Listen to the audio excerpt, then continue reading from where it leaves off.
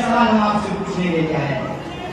हम आपसे अपना ये दुख साझा करने के लिए आए हैं कि आप बताइए, ये कहते हैं कि इस देश में पकौड़ा बेचना रोजगार है।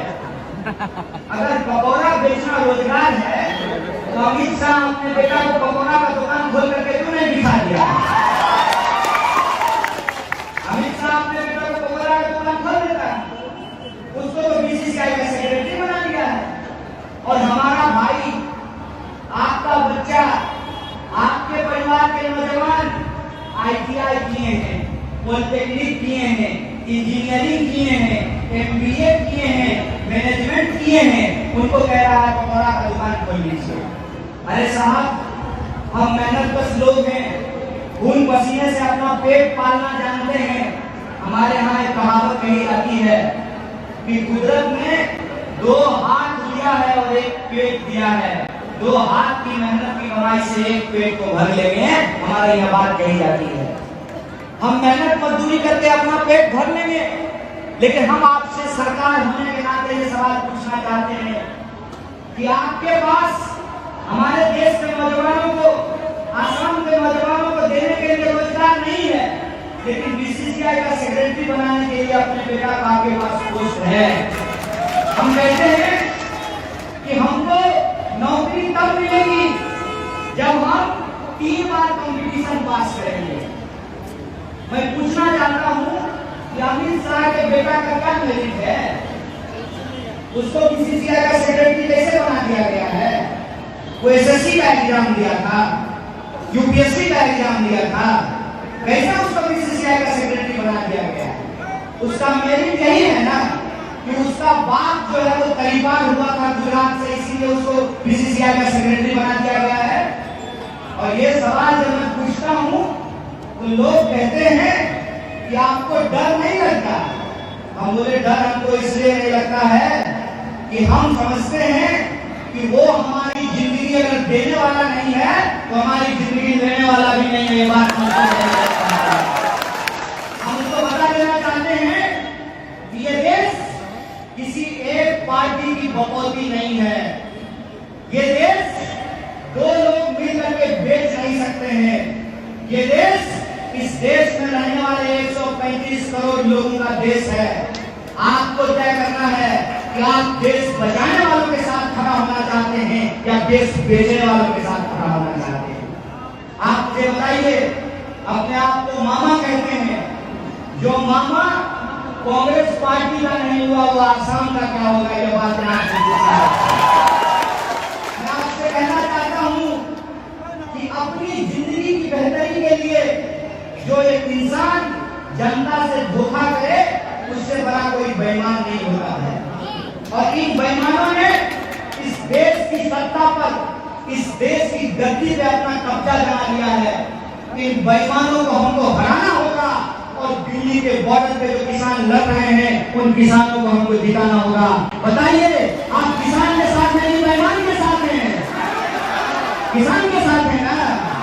किसान के अगर साथ हैं तो मैं आपको बता दूं कि जब कड़कड़ाती ठंड थी, बाहर में 1 डिग्री जब टेम्परेचर हो गया था, तब भी किसान दिल्ली के बॉर्डर पे बैठे हुए थे और सरकार से क्या कह रहे थे?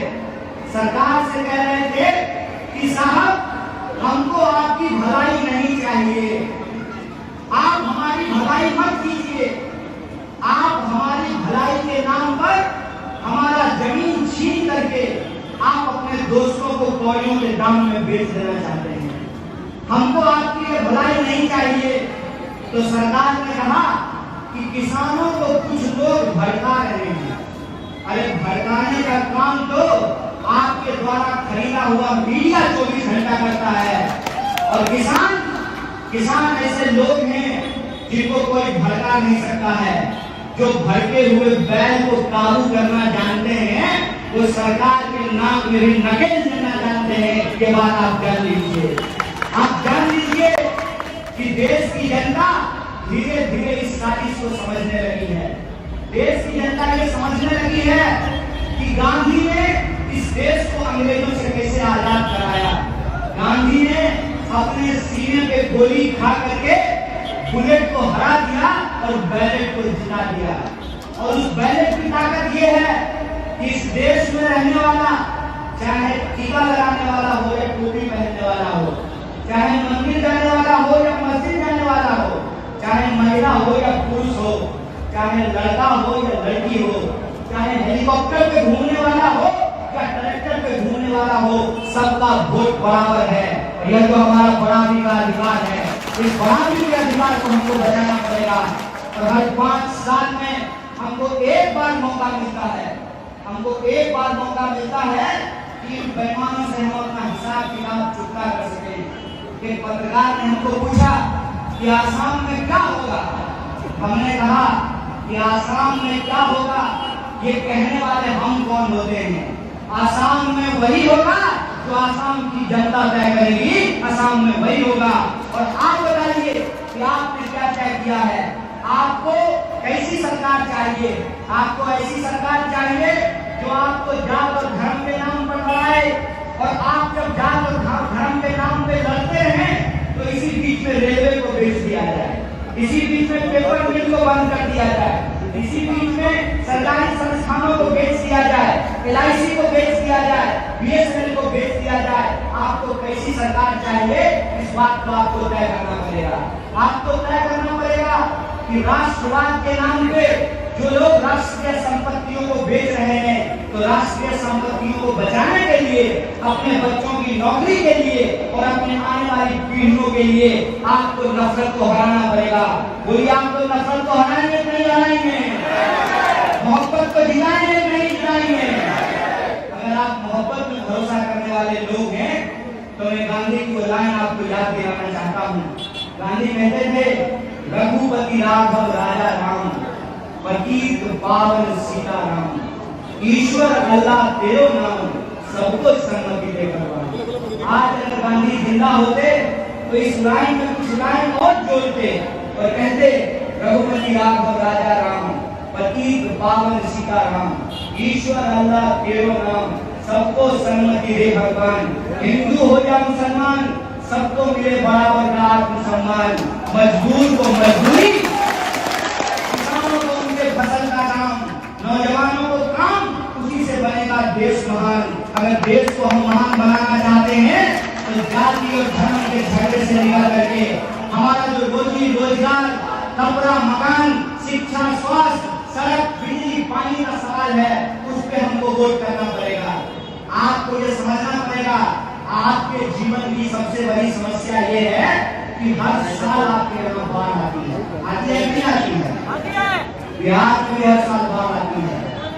हर 5 साल में हम सरकार को बदल देते हैं, लेकिन बाढ़ से होने वाली तबाही को नहीं बदल पाते हैं। इसीलिए इस देश की जो जनता है उसको ये समझना पड़ेगा कि चुनाव किसी को नेता बनाने के लिए नहीं होता है। चुनाव इस बात के लिए होता है कि हम कैसे सरकार का चुनाव करेंगे कि वो सरकार नागरिकों के लिए काम करेगी। बोलिए, आप प्रजा है कि नागरिक है? नागरिक है ना? नागरिक है ना? राजा तो नहीं है ना कोई? अगर राजा कोई नहीं है तो प्रधानमंत्री से हम सवाल पूछ सकते हैं, और सवाल पूछने के चलते अगर वो नौजवानों को जेल में डालेंगे तो उनको एक बात हम कह देना चाहते हैं कि ये धरती बुद्ध की धरती है, इसे सत्य और अहिंसा का ज्ञान दिया गया है। इस धरती पे एक झूठे को हराने के लिए हम सच बोलेंगे, हम सच बोलेंगे। आपको जेल में डालना है तो डाल दीजिए, आपके जेल से हम करने वाले नहीं है। इसीलिए हम कहते हैं कि जब तक जेल में चना रहेगा, आना जाना लगा रहेगा। इस सरकार से हम भगाने वाले नहीं है। इस लड़ाई में आपका और हमारा जो मुद्दा है वो एक है, और वो मुद्दा ये है कि इस देश को हमको बचाना है, आसाम को हमको बेहतर बनाना है, रोजी रोजगार के लिए, सबके आत्मसम्मान के लिए, बेहतर आसाम के लिए हमको मिलकर के काम करना है। इसी आशा और विश्वास के साथ कि हम मिलकर के करेंगे और इस लड़ाई को हम जरूर जीतेंगे। बोलिए, जीतेंगे नहीं जीतेंगे? खाली हाथ उठाने से नहीं जीतेंगे। भाषण सुन करके चले जाएंगे, उससे नहीं जीतेंगे। रास्ता में लड़का लोग जो है बड़ा सेल्फी खिंचा रहा था, तो हम हम बोले सेल्फी तक तो बात ठीक है, लेकिन अगर वोटिंग से पहले बूथ कमेटी का निर्माण नहीं होगा, अगर यही नौजवान अपने इलाके के बूथ पे जाकर के नौजवानों को इकट्ठा करके बूथ कमेटी नहीं बनाएंगे, घर घर जाकर के वोटर लिस्ट लेकर के ये चेक नहीं करेंगे कि कितने वोटर किस घर में हैं, कौन वोटर यहाँ है। और कह रहे थे मुनी मोहम्मद साहब की उनके यहाँ के बच्चे केरला में काम करने के लिए जाते हैं, तो कौन वोटर यहाँ है और कौन वोटर बाहर चला गया है उसको फोन करके बुलाना पड़ेगा। लोग व्यू मनाने के लिए आते हैं ना, ईद मनाने के लिए आते हैं ना, होली मनाने के लिए आते हैं ना। लोकतंत्र में चुनाव भी एक महापर्व है। एक एक अपने परिवार के सदस्यों को फोन कीजिए और उनको कहिए कि आओ इस बार महाजोत को वोट करो, क्योंकि ये आसाम को बचाने का सवाल है। और इस तरीके से एक एक वोटर को जब आप घर से निकाल करके बाहर लाएंगे, कहते हैं ना बूंद बूंद से घड़ा भरता है, बूंद बूंद से अगर घड़ा भरता है तो बूंद बूंद से घड़ा खाली भी हो सकता है। अगर आप परिवर्तन चाहते हैं, आप चाहते हैं कि बेईमानों को बाहर किया जाए, ये जो जहरीले लोग हैं जो मुंह से जहर उगलते हैं, इनको अगर आप गलती से उठा फेंकना चाहते हैं तो एक एक कैंडिडेट को आपको जिताना पड़ेगा। चाहे किसी का एक कैंडिडेट हो, किसी का 5 कैंडिडेट हो या किसी का 50 कैंडिडेट हो, एक एक कैंडिडेट को आपको जिताना पड़ेगा, क्योंकि एक एक ईंट जुड़ने से घर बनता है, एक एक विधायक को जिताने से सरकार बनता है। यह बात हम लोगों को दिमाग में रखना पड़ेगा। तो इसके लिए आप तैयार हैं? नौजवान सब तैयार है?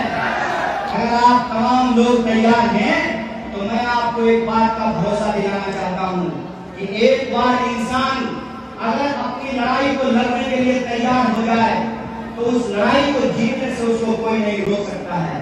एक छोटी सी कहानी बता करके मैं अपनी बात को खत्म करूंगा। हमारे बिहार में अभी मैं जब गया था